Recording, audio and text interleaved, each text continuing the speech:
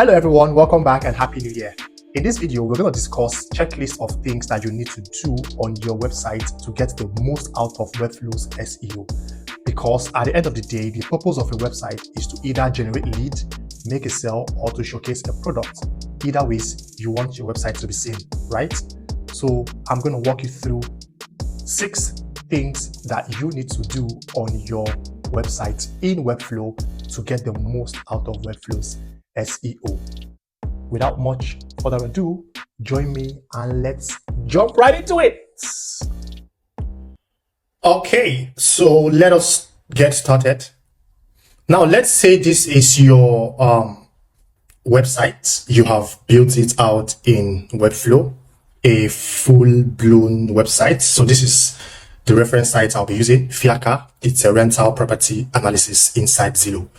Okay, now before you hand off over to the client or before you go live, there are some things you need to put in place, which we're going to do a walkthrough. I'm just going to do a drop down of about 5, 6, or 7 of them. So now the first thing you want to do is you want to go to the pages, the home page and every other page. You want to click on the edit page settings. You want to go here and you want to make sure that everything here is set. All right. So the SEO settings, you want to go to the title tag and you want to set the title tag. Now, this title tag should just be a short description, not a description, a title of what the product is. We have the title tag and we have the meta description. All right. Now, what is this? This is how it's going to look like. Let's say, for instance, someone searches the product or the website on Google. Let me just take myself, for instance. Someone searches my name on Google, David Anierobi. Now, it's going to pop up like this. So you see, this is a title tag, a Webflow developer based in Amsterdam. And this is the meta description. David Anierobi is a skilled, blah, blah, blah, all of that. So yes, so you want to be very intentional about this part because that is what Google is going to show to the world. All right. So that is that. So you want to be able to set it, the title tag, the meta description, and scrolling down, you want to check this box. You want to index, like sitemap indexing. You want to do that.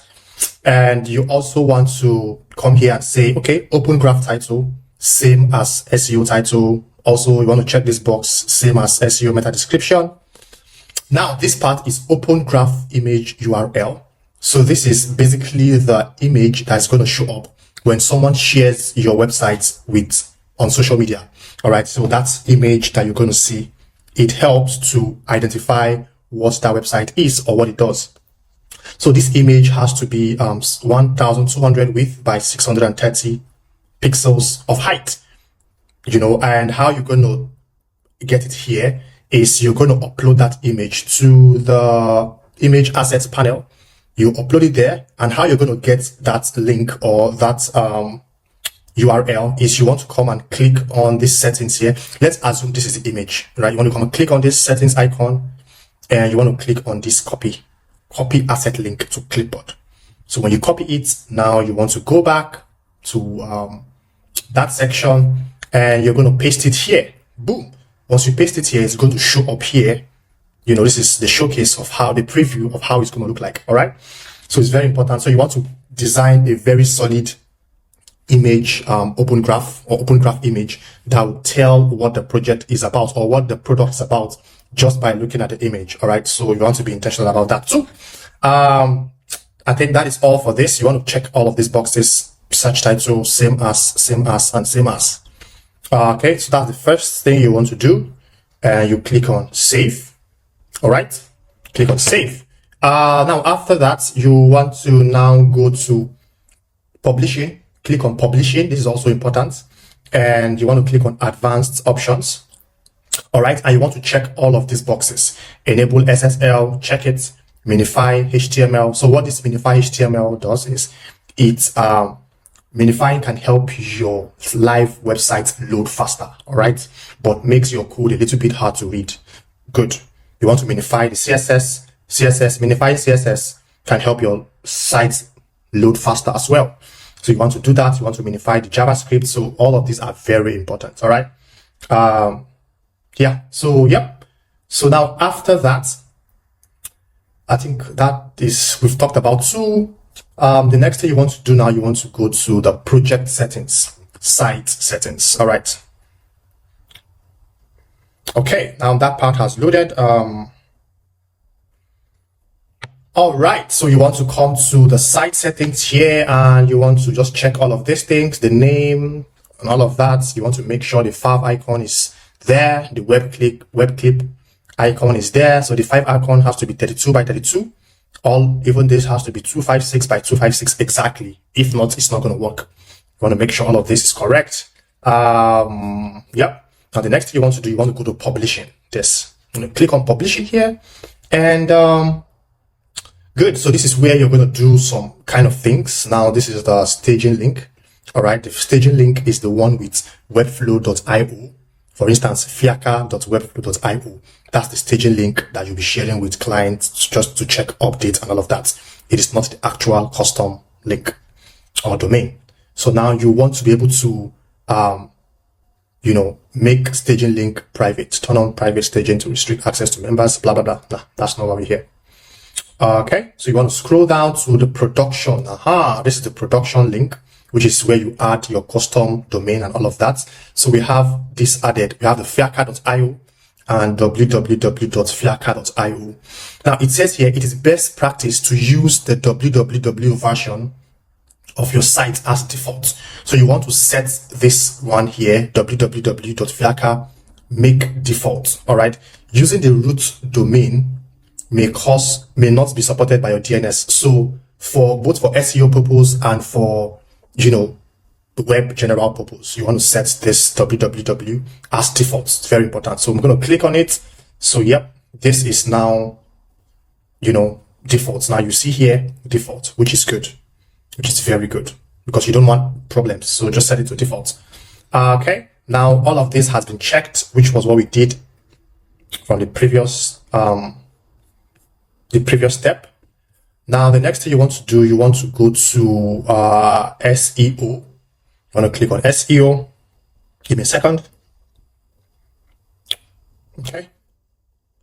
Okay, now good. You want to click on SEO and you want to go to indexing. So disable Webflow subdomain indexing. All right, off. Indexing is enabled, which is, so you want to be able to check this box, put it on, because you do not want Google to index the subdomain. So you want to be able to turn it on so that it's disabled. This is what you want. All right. So if indexing is disabled, a unique robot will be published only on the subdomain, telling search engines to ignore the domain. Good. So you want it to be like this. Good. Now you want to also check this box to auto-generate sitemap. It's very important. You want to check this box, automatically update sitemap when site is published, which is important. Boost your SEO by automatically updating your sitemap whenever your site is published. So yes, you want to check this, and you want to also add Google Site Verification. This is where you do it. If you want to, this is mainly, let's say you've handed off the website to the client and the marketing team. This is where they can, come through some, stuff like to verify the sites on Google. So they'll have to go to Google Search Console and get the site verification ID. So they'll come here and paste it here. All right, very important. So the sites can be verified. And we have the global canonical tag. This is where you do that. URL here is just basically to type in the URL of the site on this section. So it says set a global URL for the site's canonical tag. This tells search engines which URL to index and avoid duplicated content. So just come here and you enter the site www.fiaka.com, but you have to put in the HTTPS like this and like this. Boom, that is done for that part, and you click on save. Remember, for everything you do, you want to hit save. All right. Yeah, that is that about that. And what else? Now you want to go to apps and integration. This is where you do the whole Google Analytics. You go to Google Analytics account on websites, and you get your ID, and you come and paste it here for Google Analytics. Google Optimize. This is where you also do that. You paste the Google Optimize ID here. Google Maps. If you want to integrate Google Maps, this is where you also do that. This is just basically for integrations and apps. If you want to connect apps, third-party apps, you do that here. You can find apps and, you know, all of that, automations and stuff. Webhooks, this is where you add webhooks. If you are, you know, adding a third party also, webhooks and all of that. So yeah, that is that about that section. So after which you can now hit publish, but that is not all. Now we've talked about a lot. We went from publishing to to SEO, and now we are on apps and integrations. Okay, now you want to go back to the designer. Also, you want to go back to the designer and also do some few things. Okay, so now we are back at the designer. Now, one other thing you need to do, or let's say two other things you need to do, you want to make sure that all the links, for instance, we have a button here.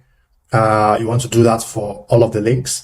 Click on this settings icon here, and you want to set the preload to either prefetch or pre-render, but prefetch is what you want to set it to, because it says here browser downloads link page resources after the initial page load, only used for important links visitors are likely to click. So yeah, setting this to prefetch improves the UX and also makes the page loads faster. Okay, so yeah, you want to set links to prefetch, very important. You want to just go check. We have contact us link. You want to property settings, and you want to come here. Oops, okay, this is just going in between page. Okay, great. So we have what other link do we have? We have this. So you want to come here and set it to prefetch. All right. What else have we not talked about? Okay, yeah, for images, you want to make sure that the images, your images are compressed, you know, so they load faster. And you also want to make sure that all images are set to load. You want to put it at load with page, because there's eager load and there's lazy load. I'm going to make a video about different kinds of load, lazy load and eager load, and also the auto. So you want to make sure your images are set to eager load, because it makes the entire page loads faster, because all the images are just going to load at the same time when you set to eager load. Okay, so yeah, you want to make sure images are set to eager loads. Come to each of the images and set it to eager loads. It's very important. Mostly the hero image, you want to come here and set it to what? Eager load. Great. I think so far we've talked about most of the things that you need to put in place. This is just for, you know, different pages. You have to do all of these steps for virtually all the pages. You need to make sure that on page SEO is at 100.